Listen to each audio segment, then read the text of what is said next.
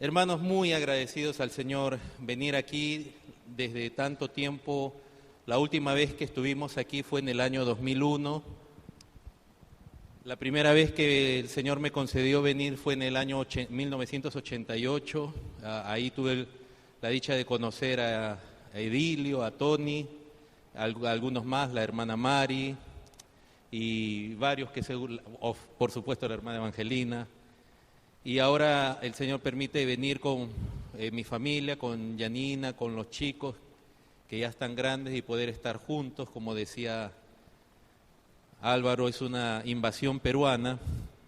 Venimos todos los hermanos a pasar este tiempo con nuestra madre, que el Señor la ha fortalecido en este tiempo de enfermedad, y tenemos una gran expectativa. Así que estamos muy agradecidos, hermanos, y visitar su país siempre es muy bonito. La diferencia en República Dominicana lo hace la gente y realmente es muy hermoso estar acá, muy agradecido. Así que vamos a estar compartiendo ahora la palabra del Señor. Me dijeron que el proyector tenía problemas esta mañana. Pero yo entonces les voy a pedir que me acompañen a la carta a los Romanos, capítulo 8, mientras también les comunico los saludos de los hermanos allá en Atlanta, los hermanos latinos, hispanos que se congregan con nosotros, nos encomendaron también su saludo, y ellos están congregándose en este momento también, y el Señor también está ya trabajando por su misericordia con nosotros. Romanos 8, un pasaje muy conocido que quisiera simplemente leerlo con más atención con ustedes. En el verso 28 dice: y sabemos que a los que aman a Dios, todas las cosas les ayudan a bien. Esto es, a los que conforme a su propósito son llamados. Porque a los que antes conoció, también los predestinó para que fuesen hechos conformes a la imagen de su Hijo, para que Él sea el primogénito entre muchos hermanos. Y a los que predestinó, a estos también llamó, y a los que llamó, a estos también justificó, y a los que justificó, a estos también glorificó. Oremos. Padre, gracias por tu gracia con nosotros, por tu gran misericordia con todos nosotros, por este hermoso pueblo que tú redimiste con la sangre de tu Hijo, amado y único y precioso, por las almas de este pueblo que persevera porque tú les ayudas, por tu obra espíritu en el corazón de ellos y de cada uno de nosotros. Gracias, Señor. Gracias, Señor Jesús. Somos tu novia, somos el tesoro que el Padre está preparando, la herencia tuya. Así que glorifícate en nosotros para que tu Padre también sea glorificado en nosotros. Oh Dios, en tus manos estamos, solo tú puedes abrir el entendimiento, el corazón duro de piedra. Si hubiera aquí alguien que no te conoce, que tenga la dicha de experimentar tu salvación. Padre, te rogamos esto por la gloria de Cristo Jesús. Amén. Bien, hermanos, este es un pasaje que es de los más conocidos, y una de las cosas que quisiera resaltar de aquí es que este pasaje presenta la salvación desde un punto de vista muy distinto al que normalmente estamos acostumbrados, porque generalmente escuchamos cuando se habla de la salvación desde el punto de vista de la gente. Se le dice a la gente: recibe a Cristo, entrégate a Cristo, acepta al Señor. O sea, siempre se enfatiza la salvación como aquello que el hombre tiene que hacer. rendirse, y eso está bien. Pero en este pasaje, si ustedes han prestado atención, enfoca la salvación desde el punto de vista de Dios y presenta a Dios salvando, presenta a Dios haciendo la obra de salvación. No lo presenta al hombre como la fuente o la esencia de la salvación, o la raíz, o quien determina la salvación. Presenta a Dios salvando. Porque la salvación no está basada en la decisión del hombre. Aunque el hombre decide, la salvación es un acto de Dios. Y miren, porque en el verso 29 dice, porque a los que antes conoció. ¿A quién se está refiriendo ahí? ¿Quién es el sujeto en esta frase? Es Dios. Dios, o sea, a los que antes Dios, digamos así, conoció, también los predestinó. Es Dios. Y en el verso 30 dice, y a los que predestinó, a estos también llamó. Y a los que llamó, a estos también justificó. Y a los que justificó, a estos también glorificó. Es la obra de Dios que en este pasaje resalta. Entonces, lo primero que yo quiero ver en esta mañana es el producto, el resultado de la obra de Dios, cuando Dios realmente salva. Y lo vemos ahí en el versículo 28, donde dice, y sabemos que a los que aman a Dios, todas las cosas les ayudan a bien. Dice, a los que aman a Dios. Los que aman a Dios es el resultado de la obra de Dios. Porque mira, tendrías tú que preguntarte, y no importa si no prestan atención, igual no se ve, la podemos apagar si gustan. Están los que aman a Dios y están los que no aman a Dios. Si tú eres de los que aman a Dios, tienes que hacerte esta pregunta. ¿Por qué es que realmente tú amas a Dios? Están aquellos que pretenden amar a Dios, pero sí hay gente que realmente ama a Dios. Pero si tú miras a toda la humanidad, te das cuenta que no todos aman a Dios. Si tú amas a Dios y tú concluyes que lo amas porque de ti nace ese amor, tú estás concluyendo también entonces que tú eres mejor que otras personas que no aman a Dios. ¿Me dejo entender? Habiendo tanta gente y habiendo tantos que no aman a Dios, el creyente no puede concluir que él ama a Dios por sí mismo, porque si no, entonces él es mejor que otras personas, y entonces también tendríamos que concluir que la salvación es para los mejores, los que son mejores que otros. Y es algo que la Escritura completa y claramente contradice y niega. No hay nadie mejor que otro y todos estamos corruptos por el pecado. Los que aman a Dios no es porque son mejores que otros, sino que en el mismo versículo dice, y sabemos a los que aman a Dios, todas las cosas les ayudan a bien. Esto es, dice, a los que conforme a su propósito son llamados. O sea que fíjate la relación que hay entre los que aman a Dios, y dice, esto es, los que conforme a su propósito son llamados. Los que aman a Dios son aquellos que son resultados del llamado de Dios. No son mejores que otros. Toda la humanidad está en enemistad contra Dios. Todo ser humano por naturaleza es enemigo de Dios.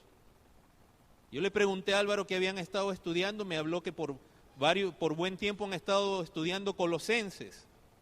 Ustedes recordarán que en el capítulo 1, si me acompañan, por si acaso alguien no estuvo presente, Colosenses 1.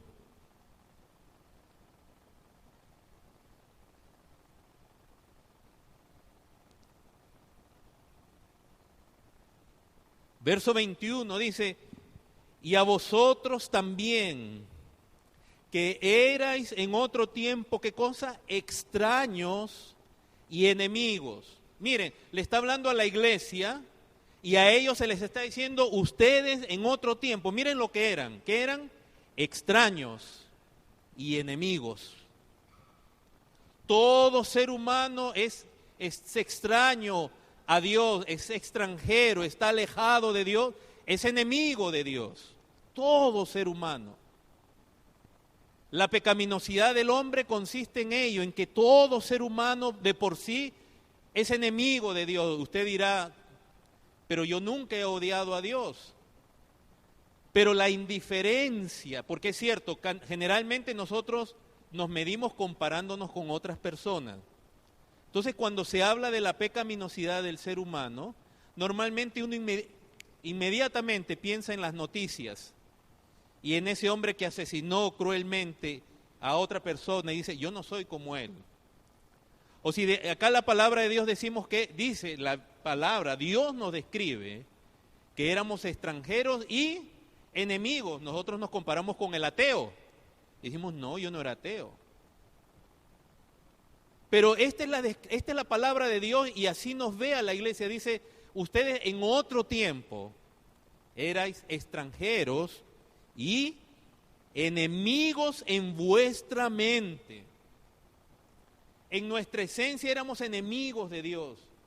Ahora, quizás tú no eras ateo, quizás alguno de aquí era ateo. Y ahora la iglesia tiene creyentes que antes eran ateos y odiaban a Dios con todo su corazón. Pero Dios los rescató. Pero el enemigo más difícil de convencer que es un enemigo es el enemigo que es indiferente a Dios. Porque la gente cree que ser indiferente es ser neutral. Pero ser indiferente a Dios, lo cual es la mayoría de la gente, es ser también enemigo de Dios. Porque quiere decir que tú no lo tienes en cuenta a Dios en tu vida. Tú no lo tienes en cuenta a Dios en tus decisiones. Tú vives tu vida a tu manera. Esa es una enemistad contra Dios. Es la forma más sutil de enemistad contra Dios, la indiferencia. Yo vivía mi vida a mi manera. A mí Dios no me importaba, yo tomaba mis propias decisiones como joven. Yo tenía mi propio futuro. Esa es una enemistad, porque es la esencia de la rebelión que Satanás sembró en toda la humanidad, de independizarse de Dios. Entonces, dice, en nuestra mente éramos enemigos y por eso hacíamos malas obras. Ni tú ni yo somos buenos por sí. Todo ser humano está completamente afectado por el pecado. No hay bueno ni aun uno. No hay quien entienda. No hay quien busque a Dios. Eso dice Dios, pero la gente dice, no, yo sí quería a Dios, yo sí buscaba a Dios. Pero Dios ve a la humanidad y dice, todos se apartaron, a una se han corrompido. Cada cual se apartó por su propio camino, como ovejas descarriadas. Hermano, usted no es mejor que ninguna otra persona de por sí. Entonces, cuando volvemos a Romanos 8 y vemos que se mencionan los que aman a Dios, esta gente no es mejor. Estos son los que conforme a su propósito, al propósito de Dios, han sido llamados por Dios. Esta gente que andaba perdida, también depravada, como el resto de la humanidad, pero que Dios llamó por su gracia. E hizo una obra que vamos a ver, y que por esa obra, ahora ellos aman a Dios. Yo sé que uno de los temas más difíciles de la Escritura, o sea, de lo que Dios nos dice, uno de los temas, o quizás el más difícil de aceptar, es cuánto el pecado nos afectó a nosotros. Es decir, cuán pecadores somos. Sobre todo en una cultura donde en la misma iglesia se ha infiltrado un positivismo satánico donde todo, tú eres bello, tú eres hermoso, Dios está enamorado de ti. Dios nos amó, no porque éramos buenos, Dios nos amó por lo que resalta el amor de Dios, es lo perdido que estábamos, como Dios amó a enemigos y dio a su Hijo por nosotros. Dios nos amó no porque estábamos enamorados, pero esa cultura de que tú eres la niña de los ojos y todo eso está metido en la iglesia. y corrompe el corazón, porque lo único que hace es exaltar al hombre, y hasta le hace pensar que Dios está pendiente de él. Cuando por el contrario Dios creó todo para su gloria. No quiero seguir más con ese tema de la depravación, porque es ofensivo. Pero te digo una cosa, presta atención cómo describe Dios al hombre caído. No yo, cómo lo describe Dios en la Biblia. Presta atención cómo Dios describe al que ahora es creyente en su pasado. Todos ustedes conocen Efesios 2.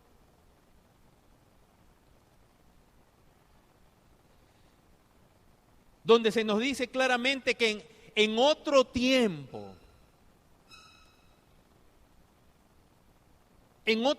vivíamos bajo la corriente de este mundo, conforme al príncipe de la potestad del aire. Todo hombre, todo ser humano está bajo el cautiverio y el dominio de Satanás. Eso es lo que dice la Biblia. Y nosotros nos describe que éramos hijos de desobediencia. Pero en el mismo pasaje dice, pero Dios, que es rico en misericordia, por su gran amor con que nos amó. Es Dios quien rescata a gente pecadora, corrupta, como nosotros. Ahora usted dirá, yo nunca he sido narcotraficante. Ahora acá está mi madre de testigo. Digo, entre los 4 varones que éramos y la mujer, hemos tenido toda clase de personalidades y conductas. Y yo digo siempre, quizá, el más difícil de salvar, no imposible, porque para Dios no es imposible, pero quizás el más difícil de salvar no es el delincuente, el narcotraficante, el asesino, que está consciente, aunque igual es esclavo. Quizás el peor de salvar es el que cree que es buena persona. Pero Dios, lo que magnifica la salvación no es que tú no eras pecador, es el gran amor de Dios, quien dio a su Hijo Jesucristo. Él vino por los enfermos, no por los sanos. ¿Y saben qué, hermanos? Eso, mientras más conozcas tú al Señor, mientras más conozcas tú a Dios, más vas a ver tu propia pecaminosidad. Pero no quiere decir que estás haciendo necesariamente algo malo.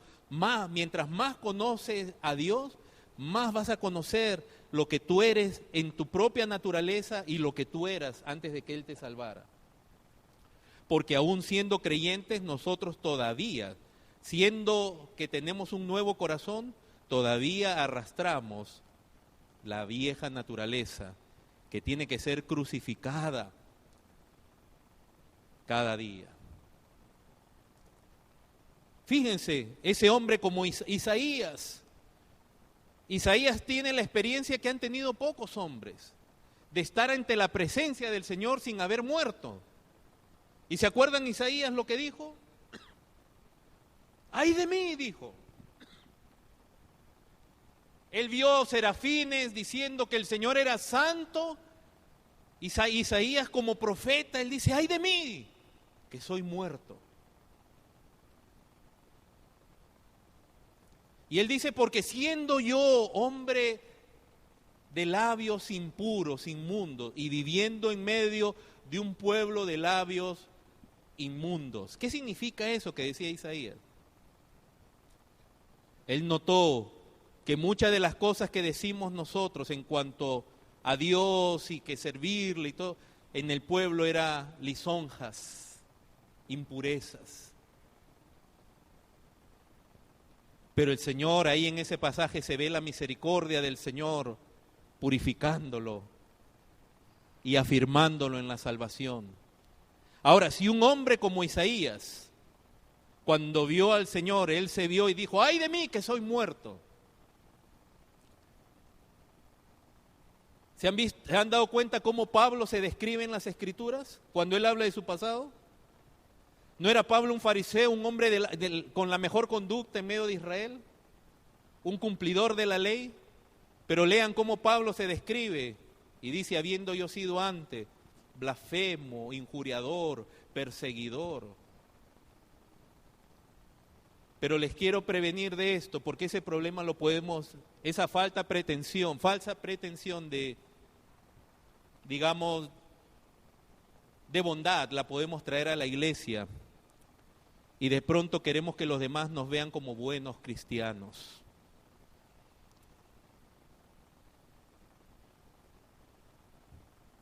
Hermanos, el único que merece gloria y honra realmente es Jesucristo. Ninguno de nosotros es mejor que otro de por sí. Si amamos al Señor y servimos al Señor es por lo que Él hizo por nosotros.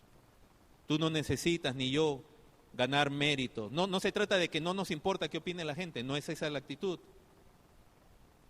Pero no busques aprobación de los hombres.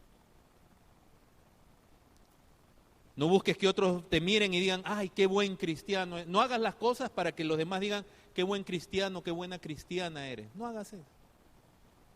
Porque ni tú ni yo somos buenos de por sí. Volvamos a Romanos 8.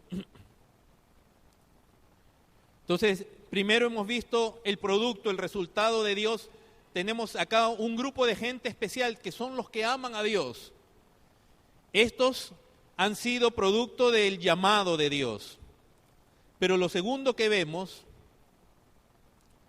es una promesa de Dios. Dice que a estos que aman a Dios, algunas cosas les ayudan a bien. ¿Cuántas? Todas las cosas les ayudan a bien. A estos que aman a Dios, que ¿quiénes son? Los que Dios ha llamado conforme a su propósito, que después vamos a ver cuál es ese propósito. Todas las cosas les ayudan a bien.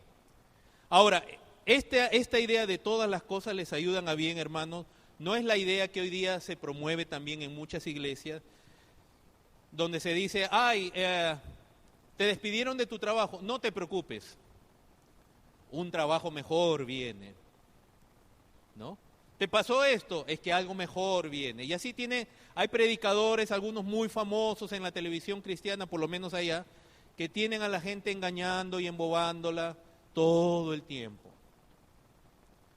Porque si tú lees el contexto, después de que Pablo en Romanos ha venido disertando acerca de distintos temas, como de nuevo la depravación del hombre, la justicia de Dios, que es el Evangelio, la gracia de Dios, la justificación por fe, y muchos temas más, la ley, la pecaminosidad del hombre. Llega al capítulo 8 y comienza a hablar de la obra del Espíritu de Dios en el hombre. De pronto él comienza a mencionar a la creación y dice que aún la creación gime y está con dolores de parto. Está hablando de sufrimientos. Y si después en tu casa tú lees los versículos siguientes, porque es importante ver el contexto, él va a llegar a decir, ¿quién nos separará del amor de Cristo? Y comienza a describir tribulación, angustia, está hablando de aflicciones. Entonces cuando Pablo está diciendo aquí, sabemos que a los que aman a Dios, todas las cosas les ayudan a bien. Por un lado tenemos una promesa de Dios, de que aún las aflicciones presentes son un medio en que Dios está obrando su gloria. No lo comprendemos, porque también no solamente es una promesa, sino es como una paradoja. Una paradoja es como una contradicción, porque usted puede decir, ¿cómo esta aflicción está ayudando para bien? Mientras gran parte de la llamada iglesia cristiana rechaza las aflicciones, abraza la prosperidad, cualquier malestar, cualquier incomodidad, cualquier sufrimiento es señal al contrario, de maldición para ellos. Acá la escritura es clara, el sentido cuando dice todas las cosas les ayudan a bien, está hablando de sufrimientos. Espada, persecución, no me diga que eso es más que un despido de un trabajo. Si Joel Austin viviera en esos días de Pablo, a él sería el primero que lo pusieran frente a los leones a ver si él puede decir eso. Pero él anda estafando a la gente porque él es un humanista. ¿Qué es un humanista? Un humanista es el que su corazón palpita para que la gente sea feliz. No, realmente no le importa a Dios. Se usa a Dios para que el hombre sea feliz. El humanista cree que el hombre es el centro de todo. Él es un humanista y es un positivista que continuamente está enfrentando la realidad que nos dice, hay sufrimiento en el mundo y en el pueblo de Dios. Entonces él cada domingo le está diciendo a la gente, oh, si el sufrimiento ha venido a ti, no te preocupes, confiesa prosperidad. Cree que Dios va a hacer esto y se va a lograr. Eso que él le enseña es viejo. Como decía un pastor, es más viejo que caminar a pie. Eso es viejo. Pero la gente, yo no sé cómo acepta que cada domingo tras domingo se le diga lo mismo. Todas las cosas les ayudan a bien. Es una promesa de Dios que no entendemos. Yo sé, en estos días, en estos años, o más recientemente estos meses, mi madre está sufriendo de un cáncer agresivo. Seguramente ustedes están pasando por alguna situación difícil en casa. Y yo no entiendo completamente, pero Dios promete, dice, a los que aman a Dios, todas las cosas les ayudan a bien. Y otra cosa que conocemos es que nuestro Dios es soberano. Amén. Si nosotros caemos en enfermedad o en alguna situación, no es porque Dios haya perdido el control y el diablo se le haya escapado. Como cuando se nos escapa un perro del lazo y se va corriendo. No, es porque Dios lo ha ordenado. ¿Escuchaste? Lo que nosotros pasamos, Dios lo ordenó. Y aún Dios usa a Satanás como un instrumento para él lograr sus propósitos gloriosos. Dios está en control de todo. Nosotros no creemos en ese dualismo donde, oh, Dios está luchando contra Satanás, Satanás escapa, hoy día hay que atarlo en la iglesia y el lunes se desata y el próximo domingo tenemos que traer hacerle un nudo marinero para que no se escape, pero se vuelve a escapar. No, no tenemos que estar. Porque Dios Padre ha exaltado a Cristo y ya le ha dado poder, autoridad, dominio sobre todo. No necesitamos esperar el milenio para ver a Cristo reinando. Cristo ya está reinando. Y Él tiene todo sujeto. Es cierto, Hebreos dice que no parece que todo esté sujeto a sus pies, pero lo está. Lo que pasa es que Dios obra su voluntad aún a través de agentes y de medios malignos y pecadores. Aún Satanás, ¿no fue Satanás quien le tuvo que pedir permiso a Dios para herir a Job? Y no fue que Dios mismo le dijo a Dios, Dios le dijo a Satanás, hazlo, pero le puso límites también.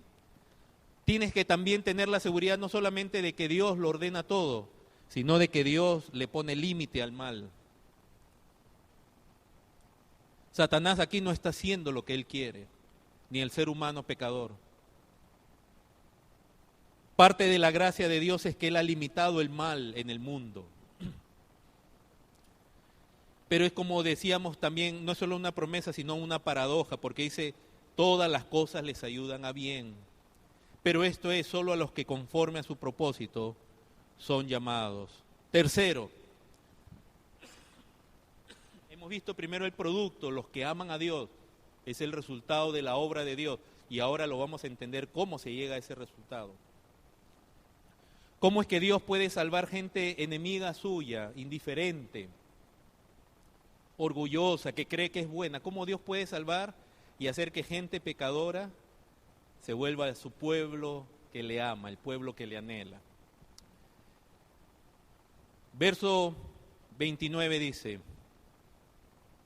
recuerda, viene diciendo desde el verso 28, y sabemos que a los que aman a Dios, se está hablando de Dios, Él es el sujeto, el personaje principal de esta parte. Y en el verso 29 dice, porque a los que antes, ¿qué?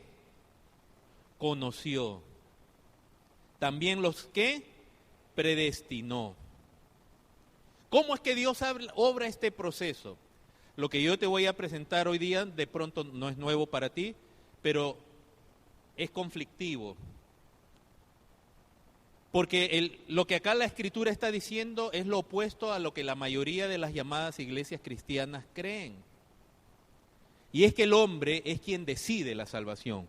O sea, la mayoría de las iglesias creen hoy día que Dios envió a Jesucristo, murió en la cruz y dejó la salvación ahí pendiente, flotando, para que el que quiera. Pero era tal nuestra pecaminosidad que si Dios hubiera hecho eso, ninguno de nosotros hubiera escogido la salvación. Porque nosotros vivíamos en pecado, y alguien puede decir, ay sí, Satanás me tenía esclavo, pero tú tienes que recordar que tú amabas, disfrutabas el pecado, que tú pensabas que vivir de esa manera es lo correcto. Tu mente estaba afectada completamente. El pecador piensa que lo lógico es ser rebelde, independiente. La mente del pecador está afectada. Cuando éramos pecadores nosotros pensábamos que hacer lo que hacíamos, que eso era lo correcto. Y si alguien nos venía con un versículo de la Biblia, pensábamos que estaba mal de la cabeza esa persona.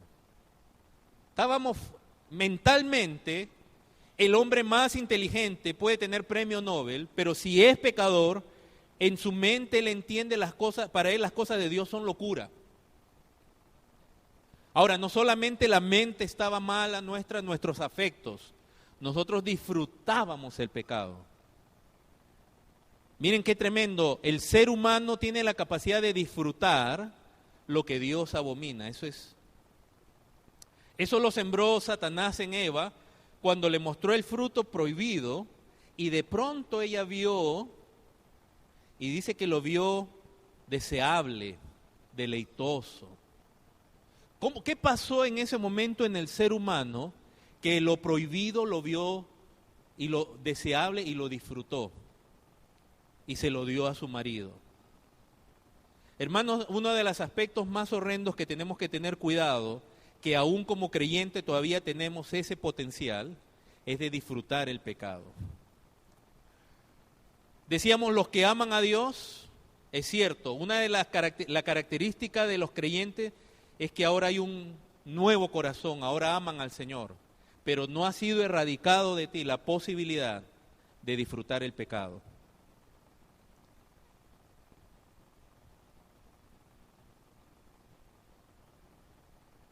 Por eso la Escritura continuamente nos exhorta a negarnos a nosotros mismos, a crucificar nuestra carne, dice, con sus pasiones y deseos.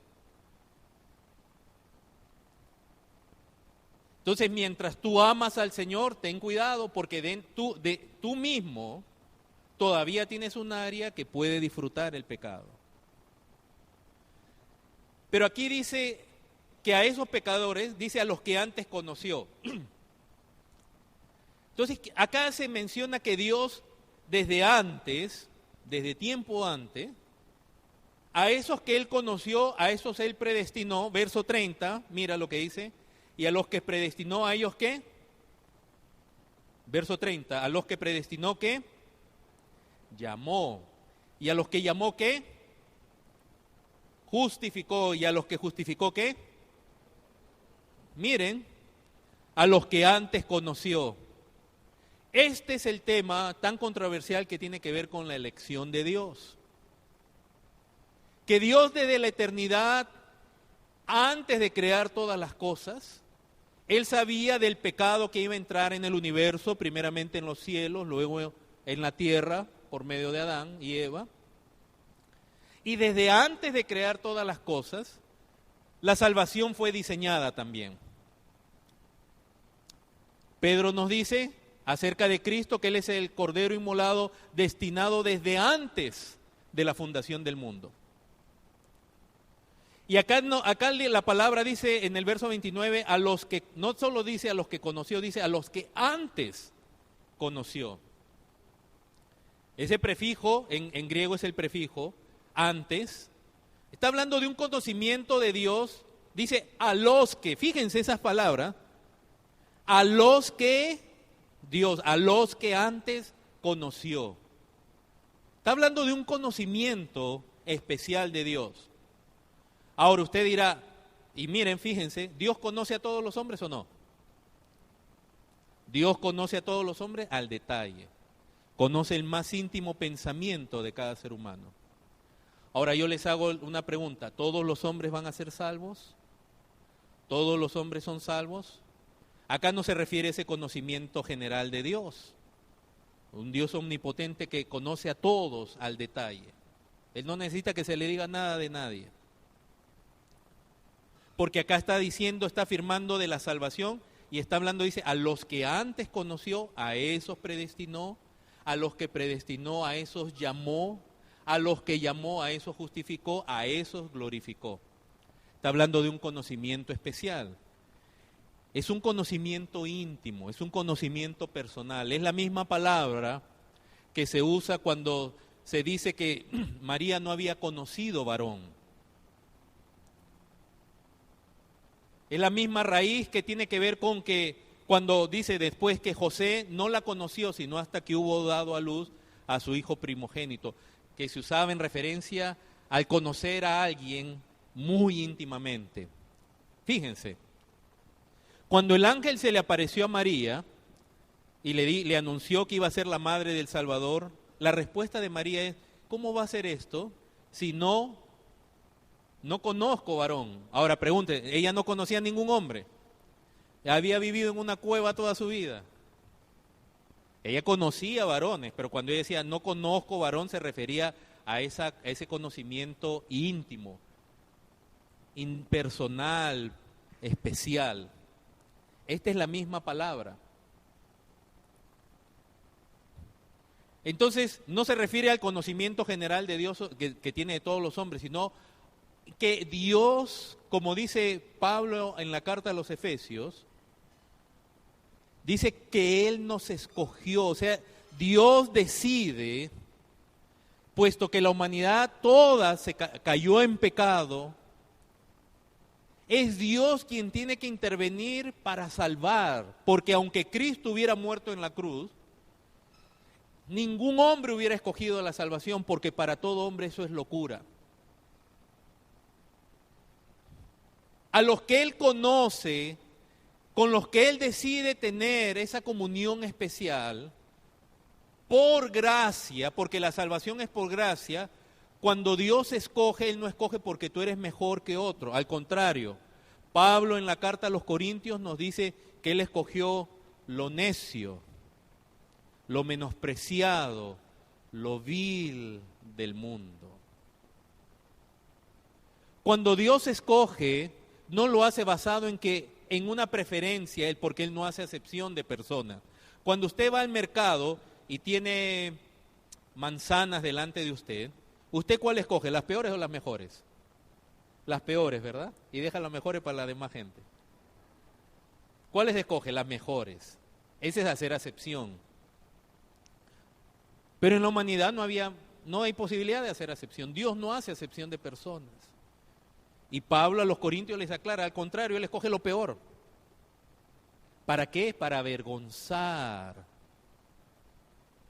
lo que cree que es, a lo fuerte. Entonces es Dios quien decide la salvación, Él tiene que intervenir personalmente. Dice de nuevo, a los que antes conoció, a esos predestinó. Ahora algunos dicen, bueno, el problema aquí es el siguiente. Dios desde la eternidad, Él escoge a los que Él sabe que le van a escoger a Él. El problema con eso, por un lado, es que si Dios escoge a los que Él sabe que van a escoger a Él, entonces realmente el verdadero dueño de la situación es el hombre. Pero no importa, dejémoslo así. Pero lamentablemente esta es la misma frase y la misma idea que se usa cuando se habla de la muerte de Cristo en Hechos capítulo 2, y Pedro dice que hablando de Cristo, dice que fue entregado según el anticipado conocimiento de Dios. Cristo murió, dice, todo lo que aconteció, la traición de Judas, la crucifixión, todo el ser atravesado con una lanza, todo pasó según el anticipado conocimiento de Dios. Ahora yo les hago la pregunta. Si Cristo murió según el anticipado conocimiento de Dios, ¿significa que Dios desde la eternidad estaba mirando y vio que un hombre llamado Cristo iba a desear morir a la cruz y entonces Él lo escogió? No tiene sentido.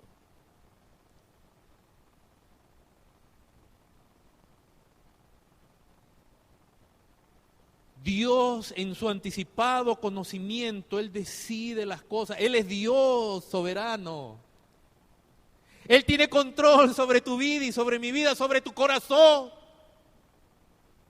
Por eso es que nos falta realmente estar de rodillas ante Dios diciendo, ten misericordia de mí y haz de mí alguien que te agrade. Porque en el fondo seguimos pensando que nosotros tenemos el control. Dios tiene en sus manos el corazón de los reyes y lo inclina a lo que Él quiere. Él hace pecar a la gente, Dios no hace pecar ni Él tienta a nadie. Pero Él pone a Faraón como rey de Egipto y Faraón se endurece contra Dios. Dios sabe lo que Él va a hacer y lo pone para Él glorificarse. Ahora, para algunos de ustedes, yo sé, el tema de la elección puede ser chocante, pero te hago esta última pregunta. Cuando miramos el Antiguo Testamento, ¿quién eligió a quién? ¿Dios escogió a Israel o Israel a Dios? ¿Quién escogió a quién? Dios escogió a Israel. ¿Israel se lo merecía? ¿No dice Deuteronomio 7 que era el pueblo más insignificante?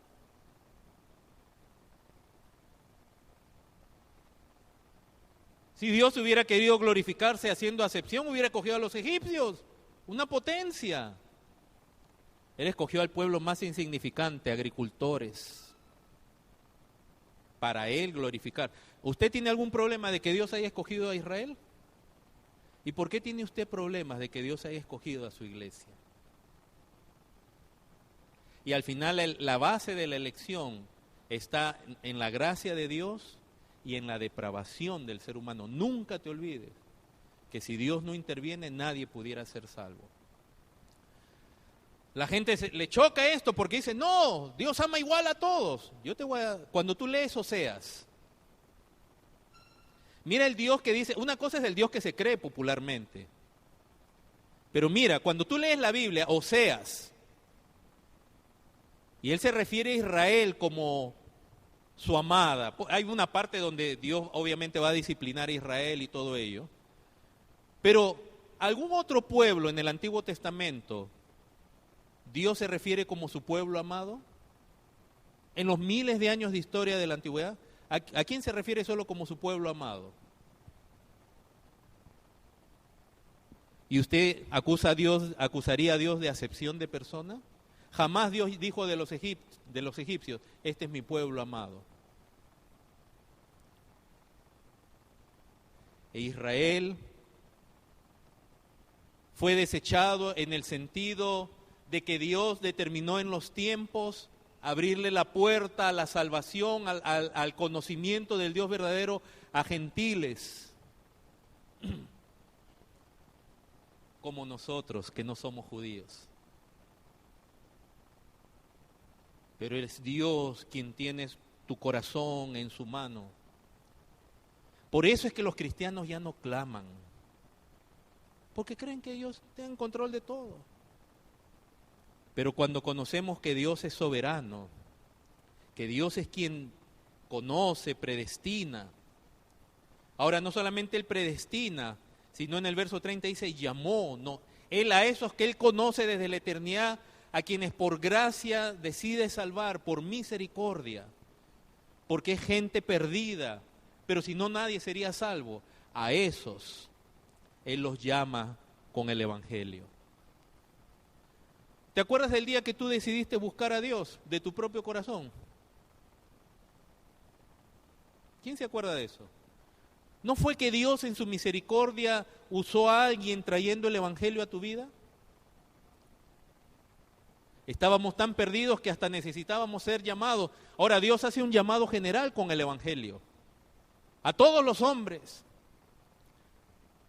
Pero solo aquellos que están destinados a salvación son los que responden. ¿Por qué? Porque Dios obra en ellos un nuevo corazón para que puedan creer a la verdad. Es lo que Pedro nos dice en su primera carta.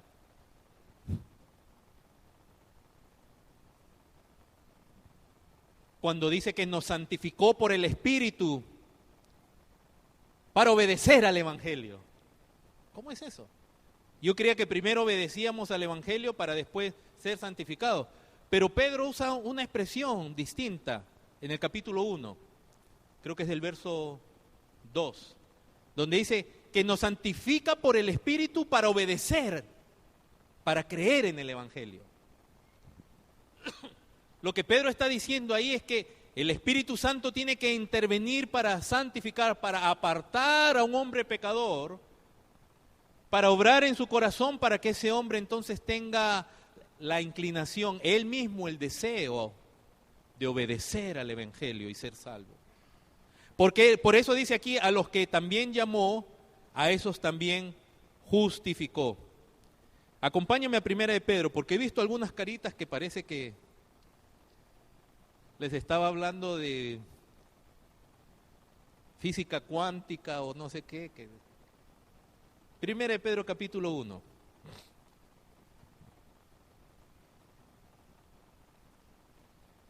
Pedro, apóstol de Jesucristo, a los expatriados de la dispersión en el Ponto, Galacia, Capadocia, Asia y Bitinia. Verso 2, ¿qué dice? Elegido según la ¿qué? Es ese conocimiento de Dios. Elegido según la presencia de Dios. Olvídese, acá no hay presunción, nadie se puede jactar en su presencia. Dice elegidos según la presencia de Dios. Ahora fíjese, dice en santificación del Espíritu. ¿Para qué? Para obedecer y ser rociados con la sangre de Jesucristo, para ser salvos, para ser justificados. Nunca vea Romanos 8, 29, 30 como una descripción exhaustiva, sistemática de toda la obra de salvación. Pero miren, aquí nos está aclarando. Para ser justificados ante Dios, porque un pecador no puede pasar por encima de la justicia de Dios. Y la manera de ser justificados es en Cristo, por el sacrificio de Cristo. El justo dando su vida por los injustos. Y la única manera de nosotros creer, obedecer, para ser rociados con esa sangre, es siendo santificados por el Espíritu de Dios. Y esa obra de santificación es la obra de apartar al pecador por una obra, la obra soberana de Dios. ¿Saben que el Espíritu de Dios es el agente que Dios usó para la creación? Del mismo modo, para crear un nuevo corazón que todo ser humano necesita, porque todos somos carnales, nuestro corazón es carnal, hemos heredado lo carnal de nuestros padres, la pecaminosidad de ellos, pero para nacer de Dios, para nacer de arriba, que es la única manera de entrar en el reino de Dios, necesitamos nacer del Espíritu. Es el Espíritu el que crea un nuevo corazón. Es el Espíritu creador de Dios que puede crear un nuevo corazón en ese hombre pecador para que ahora de pronto diga, quiero obedecer. Esto tiene sentido.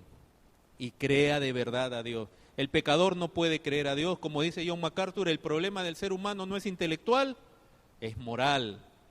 El hombre no puede creer en Dios porque moralmente detesta a Dios. Pero el Espíritu Santo es quien nos aparta. Esa santificación, recuerda, se refiere a eso, a apartar. Es la misma idea que cuando Pablo le dice a los corintios que la mujer, digamos, creyente, si está casada con un incrédulo, que no se separe, porque el creyente, dice, santifica al no creyente y a sus hijos. Entonces, obviamente no quiere decir que el creyente salva o por causa de él ya son salvos su marido o sus hijos, sino que los está apartando para Dios, los está, ¿verdad? A sus hijos les va a estar ministrando el Evangelio, les está enseñando la palabra, los está enseñando a temer a Dios, los está apartando, santifica a sus hijos. No se habla de la santificación en el sentido de ser totalmente apartado del pecado, sino de apartarlos hacia Dios. Entonces, una mujer creyente, y aquí es posible que haya una mujer creyente que tenga un marido incrédulo. Dios te está usando en su casa para santificar a tu marido y a tus hijos. Tú no los salvas, pero Dios te está usando para apartarlos en cierta manera, y confiamos tengan la gracia de conocer al Señor. Ese fue el trabajo que nuestra madre hizo. Ella fue la primera que disfrutó la misericordia de Dios. Y de ahí Dios la tuvo que usar con 5 cabezas duras para ir santificándolos. ¿Quiere decir que éramos salvos? No. Ella era la que nos metía la Biblia por aquí y por allá, de buena manera, ¿verdad? Oraba por nosotros, nos invitaba a reuniones, nos estaba apartando en cierta manera hacia Dios, pero hasta que Dios hizo una obra personal en cada uno, aquí en su pastor, que damos gracias que Dios lo haya salvado, porque ese hombre era terrible. Estamos muy agradecidos. Y les voy a mostrar fotos para que sepan que esto no es solo fotos de su juventud, ahí tenemos. No crean que ese hombre siempre anduvo peinado así, no.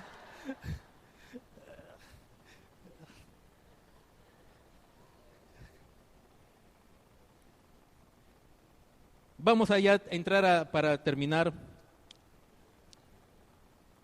en Romanos 8. A los que él antes conoció, la elección de Dios es por gracia. Si él no eligiera, nadie sería salvo. El hombre no tiene bondad suficiente ni siquiera para escoger a Cristo. Recuerden, el mismo Hijo de Dios estuvo aquí en la tierra y la gente a lo suyo vino y lo suyo. Ese es el hombre. Vino a su pueblo que tenía la ley, las promesas, el pacto, el culto, todo así. Ahora, si hubiera venido una nación gentil, peor todavía. Pero recuerden, de sus discípulos fueron gente que él escogió. ¿Se acuerdan? ¿No lo dice así los evangelios? Subió al monte y llamó así a los que él quiso. Y algunos dicen, no, esa es la elección solo para que sean discípulos. No es así. Porque Juan, Andrés, todos ellos eran pescadores, estaban ocupados en sus cosas. Fue el Señor quien los llamó. Si usted ve el trajinar de los discípulos era como el nuestro, no entendían. Hubo momentos que decían, ¿quién es este? Que hasta el viento y el mar le obedecen. Es igual, es la depravación, es la mente, todo. Poco Dios en su paciencia, Cristo en su paciencia, habiéndolos escogido, estaba tratando con ellos. E intencionalmente escogió también al que los iba a traicionar.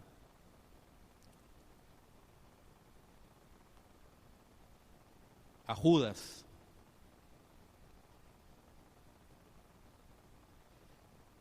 Romanos 8 dice, entonces claro quedó que en el verso 29 dice, a los que antes conoció también los predestinó, y en el verso 30 dice, y a los que predestinó a estos también llamó por el evangelio. A estos llamó, y a los que llamó a estos también justificó. Estos son los que experimentan, vienen a creer verdaderamente en que están condenados, que necesitan un Salvador. ¿Sabía usted eso? ¿Sabía usted que todo hombre está condenado? No sabía. Hoy día es difícil hablar de eso. Porque si tú le dices a la gente que es buena y que Dios está enamorado de ella, ¿cómo le vas a decir que el hombre está condenado? ¿Cómo le puedes hablar tú a la gente después aún del infierno? El infierno es una doctrina que ya no se enseña porque la gente no lo cree. Porque la gente está tan enamorada de sí misma que ya no cree que hay un castigo. ¿Cómo yo voy a ser castigado? ¡Qué horror! Porque no conocen cuán depravados son, porque no conocen cuán santo es Dios,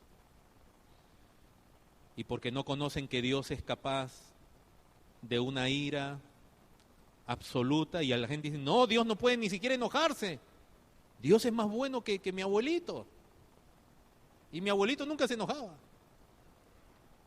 ¿Saben por qué? Porque realmente no han conocido el amor. Porque Dios, justamente porque Él ama de verdad, Él también abomina, detesta aquello que es contrario a lo que Él ama, porque Él también sabe de la malignidad del pecado. Esto lo comenté allá con mi esposa, que aquí está con Yani. Estábamos viendo una película donde un secuestrador agarra a una niña, la niña tenía una enfermedad y el secuestrador ya se veía en su mente que estaba medio mal, porque se ve que él disfruta hacer ciertas maldades. No habían cosas dramáticas, y en la casa tenemos el control a la mano siempre. Si algo parece, cambiamos. Pero se nota ese secuestrador que ríe así tipo, ¿no?, con una maldad. Yo en el fondo pienso que ese hombre nos representaba a todos, aunque esa no es la intención de la película, porque todos en cierta manera hemos disfrutado la maldad, el pecado. Es algo insano. Pero ese hombre secuestra y está causando dolor al padre, a la madre, todo, y en un momento de la publicidad yo le digo a Yani, ¿qué quisieras hacerle tú a ese hombre? Porque los que conocen a mi esposa, ella es como toda dama, tranquila, ¿verdad? No mata una mosca para no sentir conciencia culpable, es así, dulce, todo. Pero en ese momento, ¿qué querrían ustedes, hermanas, hacerle a alguien que ha secuestrado a su hija y que está amenazando con matarla o cortarle parte de su cuerpo? ¿Qué harían ustedes, hermanas? Gloria a Dios, paz. ¿No quisieran ustedes? ¿No dice eso la gente al violador, por ejemplo? ¿Debieran en ese momento? ¿O no? La gente, ¿y por qué usted puede sentir eso? ¿Saben por qué? Porque usted ama a esa niña. Y al amar a esa niña, siente un aborrecimiento tremendo contra aquel que le quiere destruir. Y por eso los más abominables, aún los otros delincuentes, en casi todos los países, cuando entra un violador a la cárcel, un violador de niños, lo matan. Los otros presos, que no son una joyita de santidad.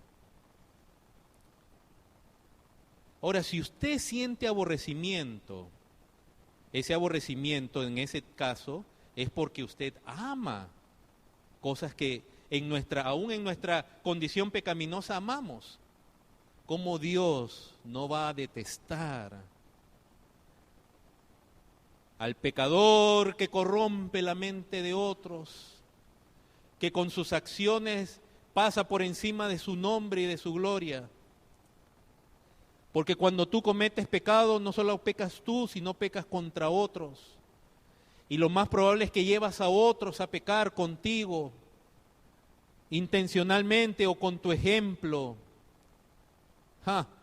Por eso Dios, no es cierto que Dios ama al pecador pero aborrece al pecado, no es así. Esa es una frase muy común en el cristianismo, pero es incorrecta. Porque Dios, cuando condena, Él no va a condenar al pecado, Él va a condenar al pecador. Y Él va a sufrir la ira eterna de Dios por los siglos de los siglos. Porque si tú eres un pecador, tú no solamente necesitas, Dios te manda que te arrepientes hoy. Porque tienes una sentencia sobre ti y tú no vas a escapar. Si hubiera alguien aquí que no ha rendido su vida a Cristo, yo no se lo tengo ni siquiera ni pedir, ni rogar, ni contar hasta 3, como hacen muchos pastores. A ver, ¿quién más quiere? Usted no le está haciendo un favor a Dios. Usted es un enemigo de Dios y usted un día se va a encontrar con Dios cara a cara y Dios le va a tomar en cuenta todo y lo va a condenar a un castigo eterno, insufrible. Porque usted se lo merece.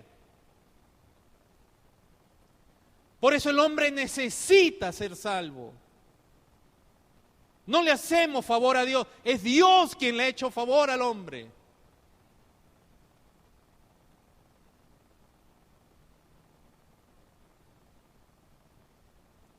Ahora ustedes lean en la Biblia, Dios ama y aborrece. De Cristo se dice, has amado la justicia, Hebreos 1, y aborrecido la maldad. Sí, Dios aborrece. Todos saben el proverbio, 6 cosas aborrece Dios y aún 7, dice, abomina su alma. Ah, Dios. ¿Por qué? Porque nuestro Dios es un Dios de amor. Dios es amor, Dios no es ira, Dios es amor, pero porque Él es amor, y Él ama la verdad, y Él ama la justicia, y Él ama la santidad, y Él ama su gloria, Él aborrece el pecado. Así que tienes que arrepentirte. No juegues contra Dios.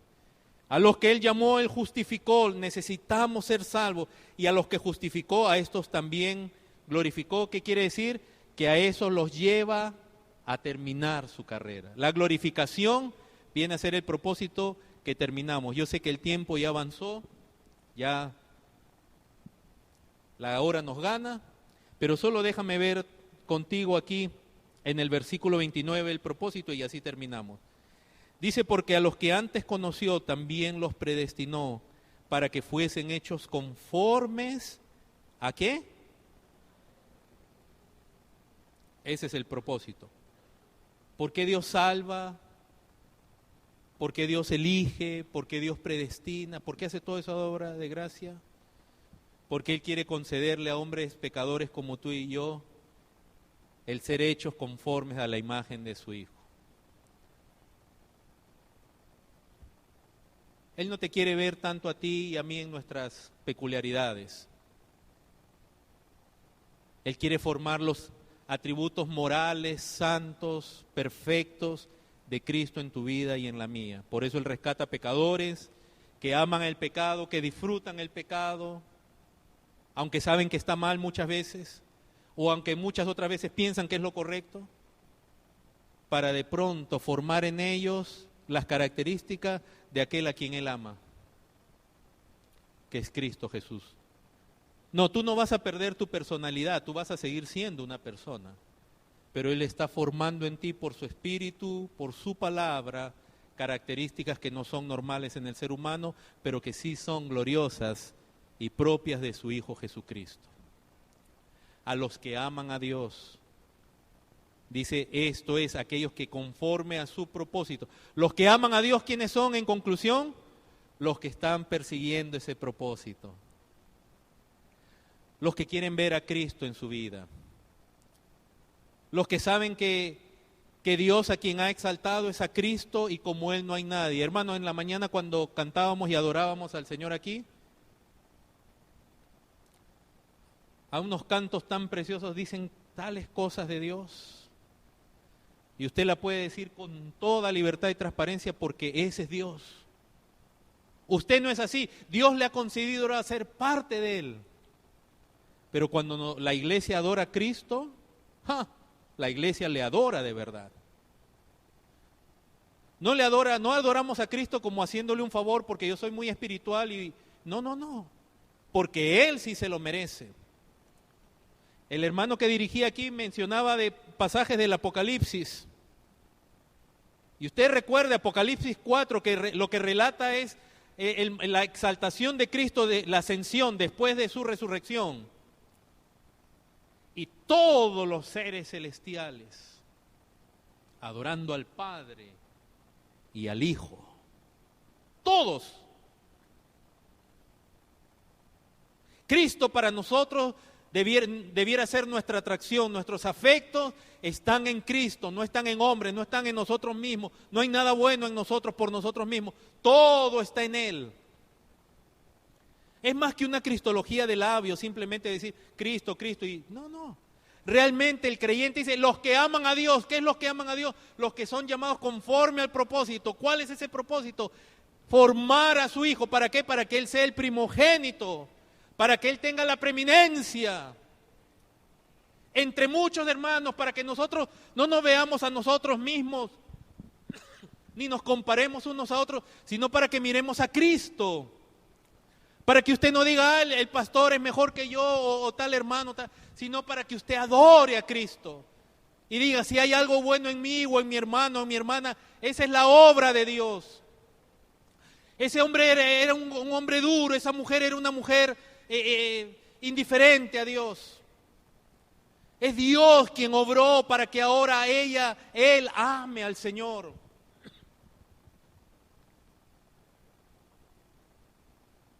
No hay nadie mejor que otro. De la misma masa. Hermanos, y al contrario, quisiéramos que todos tengan la dicha de conocer a Dios. Por eso es que terminaba ahí el versículo 30 diciendo, a los que justificó, a estos también que glorificó. Es decir, ahora miren esta gran verdad, lo que Dios comienza, Dios lo acaba. Esa es otra verdad del Evangelio, que sobre todo, porque aquí tengo entendido, a menos que las cosas hayan cambiado, pero muchas iglesias de otras líneas denominacionales, etcétera, afirman que la salvación se pierde.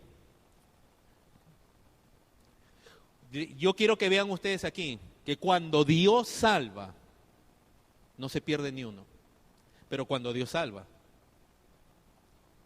cuando es el hombre el que dice, bueno, le voy a dar una oportunidad a Cristo, a ver, Señor, mira, tú necesitas de alguien como yo en la iglesia, ¿ves? Porque la iglesia anda media bajetona. Tú necesitas a una persona, tú necesitas a alguien con una personalidad con la mía que yo, sí, el pastor pobrecito, ¿no? Yo sí voy a traer gente. Cuando eres tú quien te conviertes, tu fe va a durar muy poco.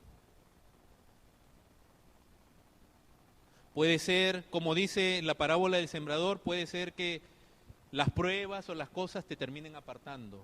Puede ser que la prosperidad, la belleza de este mundo te aparte. A Judas lo apartó 30 monedas de plata. La fe tuya no va a llegar al final. En ese aspecto uno puede decir la salvación se pierde, claro, cuando el hombre es el que... Pero cuando Dios realmente salva a alguien, no está escrito que el que anduviere, que este camino será llamado camino de santidad.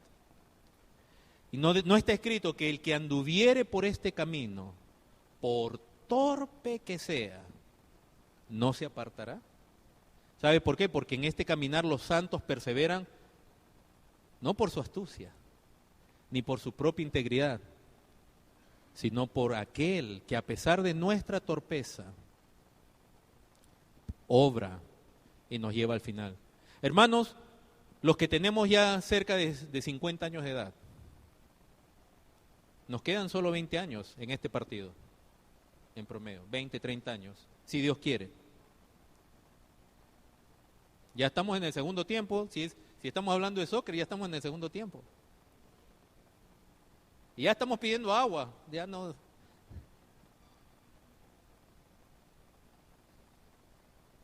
Si llegamos a la meta, jamás usted cuando esté en la presencia del Señor va a decir, yo perseveré, va a decir, Señor, gracias, porque a pesar de mi torpeza.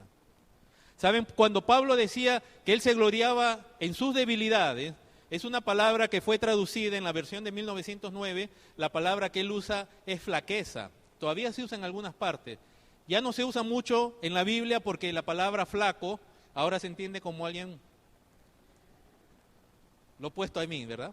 Un flaco, delgado. Pero la palabra flaqueza o flaco significaba antes enfermizo, débil. Y Pablo decía, yo más bien me glorío en mi flaqueza.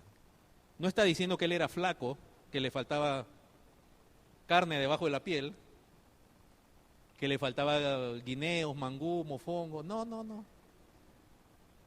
Él está hablando de sí, de su... Él cuando se veía decía mis flaquezas. Y es un sinónimo de la flaqueza moral del ser humano. Porque hermanos, si estamos en Cristo y somos creyentes, y ese es uno de los misterios, yo estoy terminando, no se desmaye. Creo que el pastor predica 2 horas, yo solo voy a predicar 1 hora y ya. Pero si nosotros estamos acá, y ese es uno de los misterios, es por la gracia de Dios. Ninguno de nosotros ahorita se puede parar acá en este púlpito y decir, hermano, yo nunca le he fallado al Señor. Por el contrario, tendríamos que pararnos acá y confesar y avergonzarnos de las veces que hemos fallado. Pero hay algo que nos sostiene a no perseverar en el pecado, sino a arrepentirnos, como dice Juan, el que hubiera pecado, confiéselo, salga de eso. El que vive practicando el pecado, ese es del diablo, aunque diga que es cristiano. Pero hay algo en el creyente que aunque cae como Pedro, le anheló al Señor, pero el Señor le dijo, he rogado que tu fe no falte. Hay algo que dice, Señor, perdóname. Y ese creyente llega hasta el final, por torpe que sea. Dios no pierde. El Señor Jesús decía que todos aquellos que el Padre le da vienen a Él, y los que vienen a Él no lo echa fuera. Y Él, ahí en Juan 17, Él decía, cuando oraba al Padre, le decía, Padre, de todos los que me has dado, a ninguno he perdido, sino solo el hijo de perdición. Dando a entender que Judas nunca fue, aunque estuvo ahí y tuvo milagros y así en las iglesias. Hay gente que hoy día está predicando y haciendo milagros y mañana están traicionando al Señor. ¡Oh!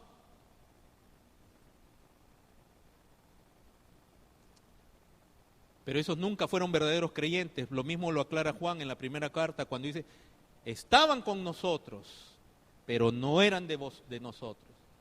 Porque si hubieran sido, hubieran permanecido, porque cuando Dios de verdad salva, esa persona persevera hasta el fin. Dios nunca ha perdido a nadie.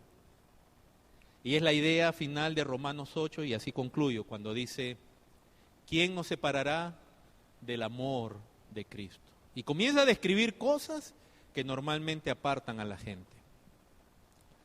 Y Pedro dice que Dios nos hace perseverar por la fe que Él ha puesto en nosotros, que es más preciosa que el oro se prueba con fuego, la fe también tiene que ser probada, pero nos lleva a alcanzar la resurrección. Así que yo agradezco a Dios por la obra que Él ha hecho en medio de ustedes, porque en ustedes hay gente que Dios ha salvado. Y yo no veo nada bueno ni especial en ti, porque tampoco lo hay en mí. Lo que veo es la obra de Dios. Cuando glorifiques a Dios, glorifica diciendo, Dios, tú eres todo y tú lo has hecho todo. Tú me has salvado, tú me has hecho permanecer. Y es más, en Romanos lo habla hasta en pasado, dice, a los que antes conoció, predestinó, llamó, justificó y glorificó, y todavía no ha venido la resurrección, porque en Dios es algo ya hecho. Si Dios te ha salvado, glorifica a tu Salvador. Les invito a ponerse en pie.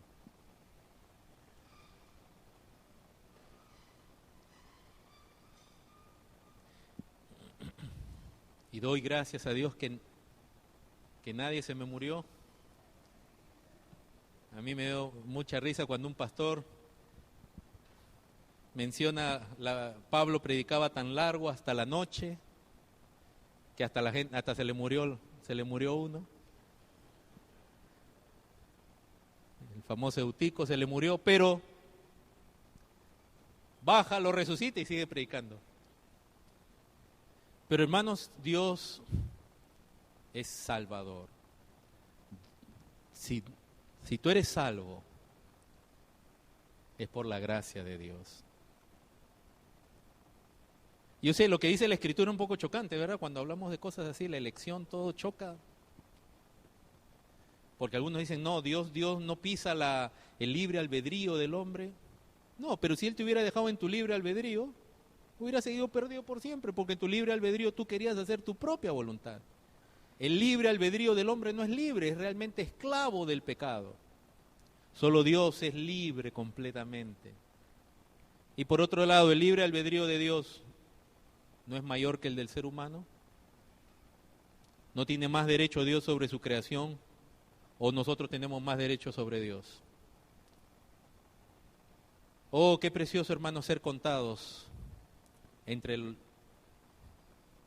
los elegidos de Dios, pero no con orgullo, al contrario, sino con gratitud. Señor, si tú no hubieras buscado mi vida, usted sabe qué sería mi familia, me refiero a mi hermano, mi madre, Si Dios en su misericordia no hubiera llegado a nuestra casa, seríamos como cualquier otra familia, a saber dónde estaríamos. ¿Usted cree que hay algún mérito en mi madre o en nosotros? Es Dios quien lo hace todo. ¿Fue acaso mi madre quien llamó a un pastor y dijo, predíqueme el evangelio? Ni sabía ella, ni nosotros sabíamos qué era. Ni teníamos idea.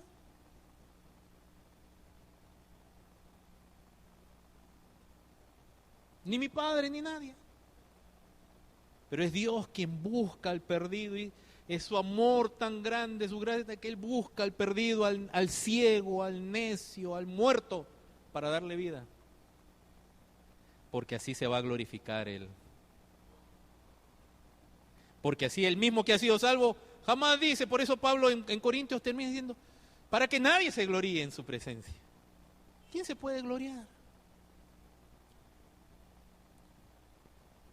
Y que confíes en ese Dios, porque Él, yo varias veces yo cuando veo personas que sufren, creyentes, y hay creyentes que están sufriendo tremendamente, yo, como hay una expresión, yo me saco el sombrero. Allá en la iglesia tenemos un hermano que en su cuerpo tiene unas enfermedades. Yo lo veo llegar a la congregación, él no es pastor, pero yo lo admiro a él. Yo lo admiro a él. Porque es alguien que está perseverando. Y yo lo único que digo, Señor, porque ni siquiera digo, Señor, yo te voy a seguir hasta el fin. Señor, si cuando me toque pasar por algo, que ya uno ha pasado por cosas, pero cuando uno ve a otros lo que pasa, esa gente va delante de uno al reino. Nosotros andamos buscando en Latinoamérica y en Estados Unidos prosperidad y prosperidad. Yo le he dicho ya a mis hijos y con mi esposa, en cuanto ellos se encaminen en la vida, si tenemos que salir de allá de donde vivimos, yo tenía en mi corazón ir a Cuba, en cierta manera. Pero ahora con que se han abierto las relaciones, a saber qué pasará con la iglesia allá, porque cada vez que se abren las puertas no solamente llega lo bueno, llega lo malo también. Pero hermanos, no, si estamos aquí, allá,